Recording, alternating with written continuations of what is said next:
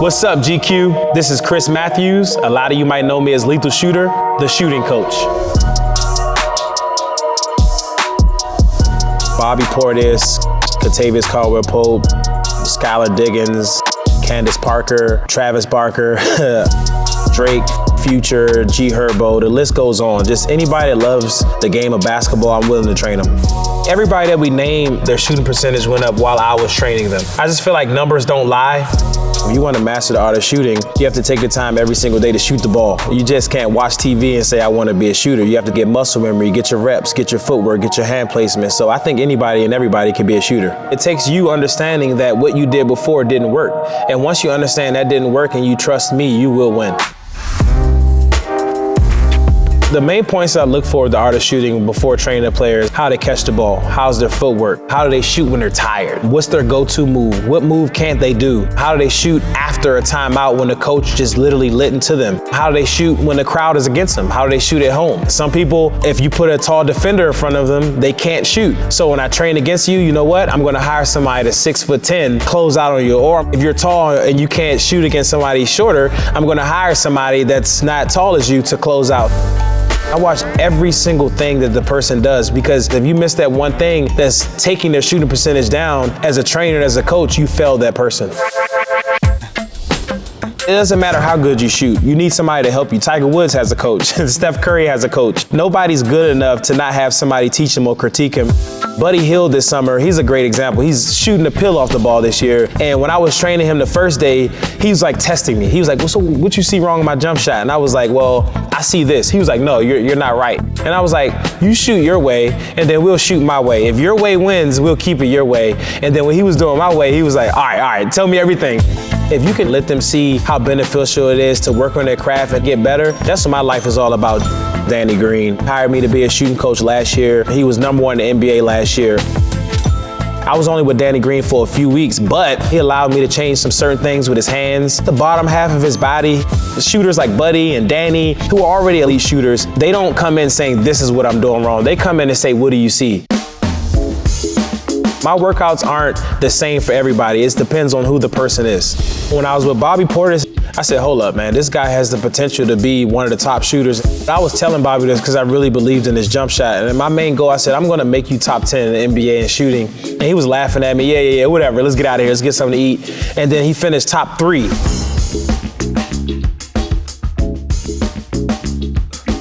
He doesn't have the ideal shot. He has a wide base, he has a slight hitch in the shot, but it's consistent. It's perfect for his body type. You know, a lot of people have to understand your body type isn't gonna be the same as Susan's body type. And once we figure out what's consistent for you and that melody for your body, we wanna continue to keep that.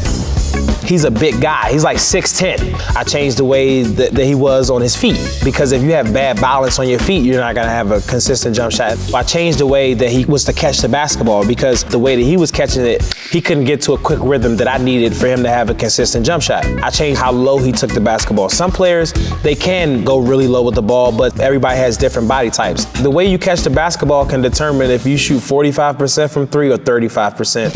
As soon as your hand touches it, everything goes to your brain. And if you're not catching something the right way, your brain can't really get that repetition and that jazz. And with my clients, I teach them when they catch it to what to feel for to shoot it. Some people, when they catch it hard. You know, as a shooter, you want to catch it, but you don't want to have so much force, you know, because how can you catch something with so much force and shoot so soft? I've had clients before that when they catch the ball, you can hear it like, ha! And it's like, how can you shoot the basketball being so rough? You got to be gentle with her. I might be wrong, but I never had a client top 3 in the NBA in three-point percentage. That was just a testament of how good he shoots, and most importantly, how much work he puts in, because people don't realize professional athletes, their entire day is booked. And for them to take the time at 10 o'clock at night, 11 o'clock at night, midnight to shoot, which Bobby was doing last year in the playoffs, they would have practice, he would shoot late at night, wake up to play the next day. And that was just a testament of how hard he wanted to be a great shooter. People say, how come you don't take time to train with normal people? I train normal people every single day. It's just when I train a celebrity, it goes viral.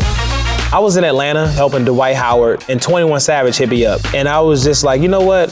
I'm gonna train 21 Savage. We trained, I think, at midnight. It's crazy, midnight. And then when I posted that, all these other rappers started hitting me like, yo, I didn't even know you train rappers. Like, I would have been hit you.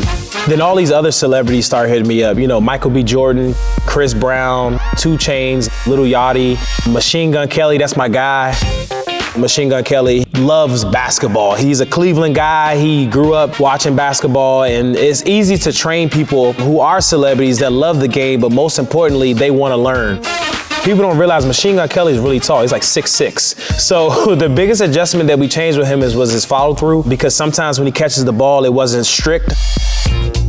When you shoot the basketball, you have to have a strict body to do the same thing every single time. But sometimes he was catching his body, was doing different things. So I was teaching him how to be strict and have a good follow through. And once he caught on to that, he has a nice shot. When I train Drake, he's serious about the art of shooting. He's in men's leagues. He has leagues at his house. He's not like, I'm just trying to work out to work out. Like, he wants to win. Drake wants you to train him like you train an NBA guy, because I'll test you. You know, if you're a celebrity or something, I want to see if you really love the game. I'll do something to you to see if you say, oh, hold up, man, why you hit me so hard? So I was really aggressive with it. When I say really aggressive, I'm talking about like as aggressive as I would be with DeAndre Jordan. His favorite shot is a fadeaway. He loves Kobe. So when I was hitting him and he was working on his fadeaway, I was showing him like, hey, if somebody's hand's here, you go that way. But you don't immediately go because they're trying to push you that way. You give them a little give so they have to change their footwork so you can go that way. If somebody's hand's here, you want to go that way. But if somebody's hand here, they're dead, because if you arch your back like this, you can go anywhere you want. Or you can be like this and face up, which I showed him as well.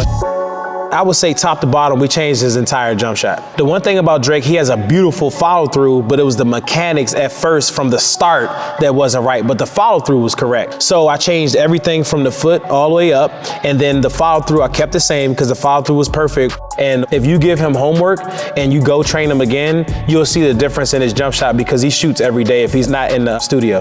If he ever hits me up, I'm gonna continue to train him, because he's not doing it just to be cool. He's doing it because he loves the game.